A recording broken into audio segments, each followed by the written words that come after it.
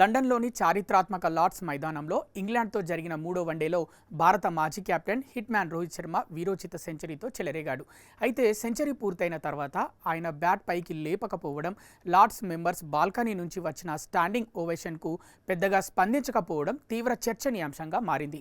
ఆరంభంలో వచ్చిన విమర్శలకు తన బ్యాట్తోనే జవాబిచ్చిన రోహిత్ శర్మ మ్యాచ్ ముగిశాక ఏమీ మాట్లాడకపోవడంతో ఇదే ఆయనకు చివరి వన్డే మ్యాచ్ కానుందా అనే ప్రచారం సోషల్ మీడియాలో విపరీతంగా ఊపందుకుంది. రోహిత్ శర్మ భవిష్యత్తు, రిటైర్మెంట్ ఊహాగానాలపై మ్యాచ్ అనంతరం జరిగిన విలేకరుల సమావేశంలో టీమిండియా కెప్టెన్ శుభ్మన్ గిల్ స్పష్టత ఇచ్చాడు. రోహిత్ శర్మ ఇది తన ఆఖరి మ్యాచ్ అని తమతో గానీ, జట్టు యాజమాన్యంతో గానీ ఎలాంటి విషయం చెప్పలేదని గిల్ కొట్టిపారేశాడు.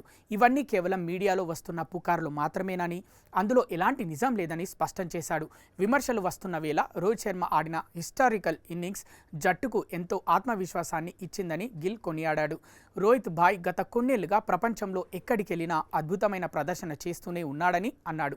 ఈరోజు ఆయన ఆడిన తీరు, ముఖ్యంగా ఒత్తిడిలో 138 పరుగులు చేసిన విధానం అద్భుతమని కొనియాడాడు. చివరికి వచ్చేసరికి పిచ్ కాస్త నెమ్మదించింది. అలాంటి పరిస్థితుల్లో పరుగులు చేయడం అంత సులభం కాదు.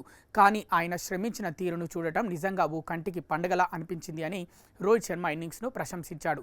2027 వన్డే ప్రపంచ కప్ వరకు రోహిత్ శర్మ కొనసాగుతాడనే సంకేతాలను కెప్టెన్ మాటలు ప్రతిబింబించాయి.